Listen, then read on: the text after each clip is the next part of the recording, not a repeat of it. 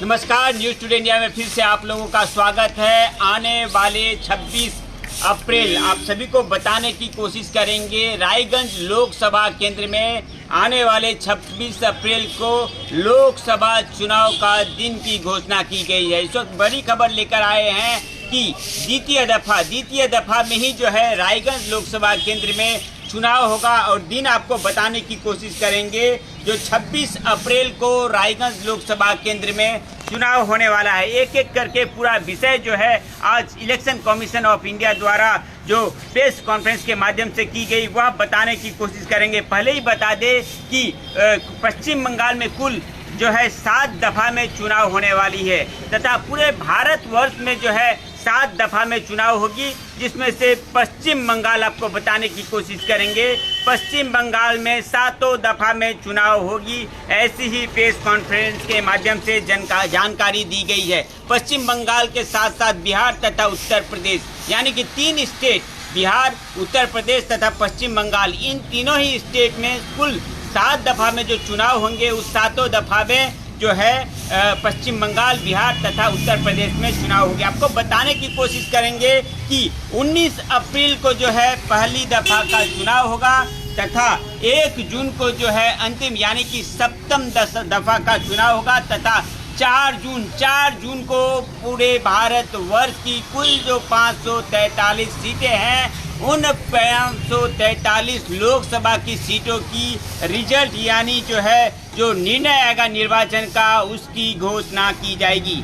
पहले ही बता दें कि पश्चिम बंगाल में कुल 7 दफ़ा में जो चुनाव होगी, किन किन दफ़ा में कौन कौन से लोकसभा केंद्र में चुनाव होने वाली है यह बता दें। प्रथम दफ़ा यानी कि 19 अप्रैल को प्रथम दफ़ा का चुनाव होगा और उत्तर बंगों से जो है चुनाव का प्रारंभ किया जा रहा है। प्रथम दफ़ा में कुल 3 सीटों पर जो है चुनाव होगा।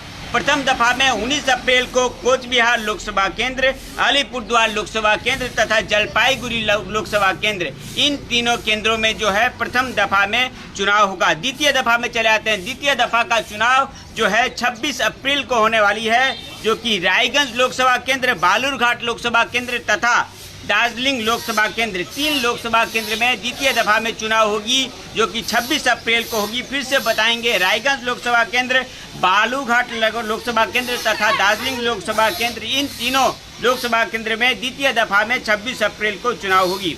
तृतीय दफ़ा का चुनाव जो है वह 7 मई को होगी और कुल 4 लोकसभा केंद्र में जो है चुनाव होगी। मालदा उत्तर, मालदा दक्षिण, मुर्शिदाबाद तथा जंगीपुर, इन 4 लोकसभा केंद्रों में 7 मई यानी कि तृतीय दफ़ा का चुनाव होगा। चतुर्थ दफ़ा यानी कि 13 मई को जो है चतुर्थ दफ़ा का जो है चुनाव होगा। आपको बताने की कोशिश करेंगे। कृष्णनगर लोकसभा केंद्र, रानाघाट लोकसभा केंद्र, बोलपुर लोकसभा केंद्र, बीरभूम वर्धमान लोकसभा केंद्र, साथ ही साथ पूर्व वर्धमान लोकसभा केंद्र तथा दुर्गापुर लोकसभा केंद्र, इन सब क्षेत्रों में जो है इन सब लोकसभा क्षेत्रों में जो है चतुर्थ दफ़ा यानी कि 13 मई को जो है चुनाव होगा। चले आते हैं पंचम दफ़ा यानी कि 20 मई को जो है 5th फेज यानी पंचम दफ़ा का चुनाव होगा। श्री रामपुर, बैरकपुर, दमदम लोकसभा केंद्र, बसीरहाट लोकसभा केंद्र, बोनगा लोकसभा केंद्र, हावड़ा लोकसभा केंद्र, हुगली लोकसभा केंद्र तथा उलबेरिया लोकसभा केंद्र।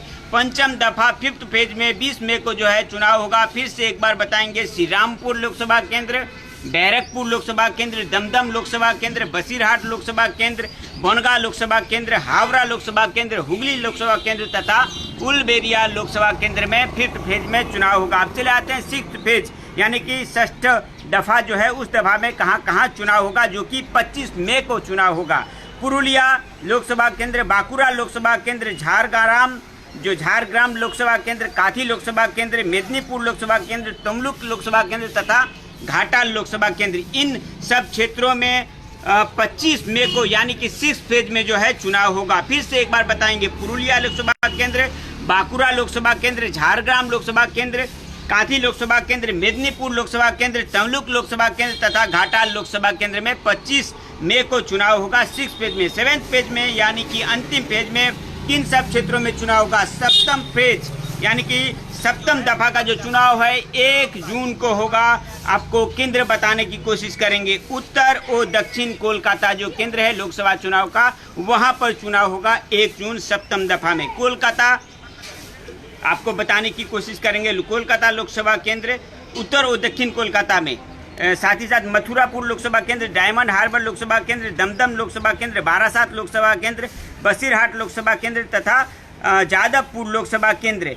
इन क्षेत्रों में 1 जून यानी कि सप्तम फेज में चुनाव होगा तथा रिजल्ट जो है 4 जून यानी कि 4 जून को जो है रिजल्ट आने वाला है। एक एक करके जो है पूरे हर फेज की जो है हम लोगों ने प्रक्रिया आप लोगों को बताने की कोशिश की। साथ ही साथ द्वितीय फेज में जो 3 लोकसभा केंद्र है आपको बताने की कोशिश करेंगे। रायगंज लोकसभा केंद्र, बालूघाट लोकसभा केंद्र तथा दार्जिलिंग लोकसभा केंद्र में इन सब जगहों पर जो है शेड्यूल क्या है वह बताने की कोशिश करेंगे। Number of PCs going to poll, 3 Lok Sabha केंद्र में जो है द्वितीय फेज में जो है चुनाव होगा, सेकेंड फेज में चुनाव होगा पश्चिम बंगाल में। आपको इशू ऑफ नोटिफिकेशन जो है 28 मार्च 2024 को नोटिफिकेशन किया जाएगा। Last date of filing nomination जमा देने की अंतिम तारीख रायगंज लोकसभा केंद्र में अगर ले आप लोग तो 4 अप्रैल 2024 को जो है लास्ट डेट ऑफ नॉमिनेशन है। स्क्रूटनी ऑफ नॉमिनेशन, स्क्रूटनी का डेट जो है वह 5 अप्रैल 2024 को रखा गया है। Last date for withdrawal of candidates, अगर कोई कैंडिडेट विड्रॉ करना चाहते हैं तो उसका जो लास्ट डेट रखा गया है वह 8 अप्रैल 2024 को। डेट ऑफ पोल जो है 26 अप्रैल 2024।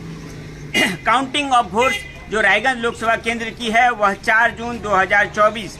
Date before which election shall be completed, 6/6/2024 से पहले रायगंज लोकसभा केंद्र में चुनाव की जो पूरी प्रक्रिया है वह जो है कंप्लीट करना पड़ेगा। आपको बताने की कोशिश करेंगे फिर से एक बार पूरे 543 जो लोकसभा केंद्र की सीट हैं उन 543 सीटों में कुल 7 फेज में जो है चुनाव होने वाला है और खास करके पश्चिम बंगाल, बिहार तथा उत्तर प्रदेश, यह जो 3 स्टेट है इन तीनों स्टेट में 7 फेज में जो है चुनाव की दिन की घोषणा की गई है तथा 19 अप्रैल को पहला चुनाव का दिन है तथा 1 जून को अंतिम चुनाव का दिन है। यानी कि सप्तम फेज का जो चुनाव का दिन है वह 1 जून है, प्रथम फेज की चुनाव का दिन 19 अप्रैल है तथा बताने की कोशिश करेंगे कि 4 जून को कुल 543 जो लोकसभा केंद्र हैं वहां से क्या रिजल्ट निकल के आता है इसकी घोषणा यानी कि date of counting in 543 seats Lok Sabha seats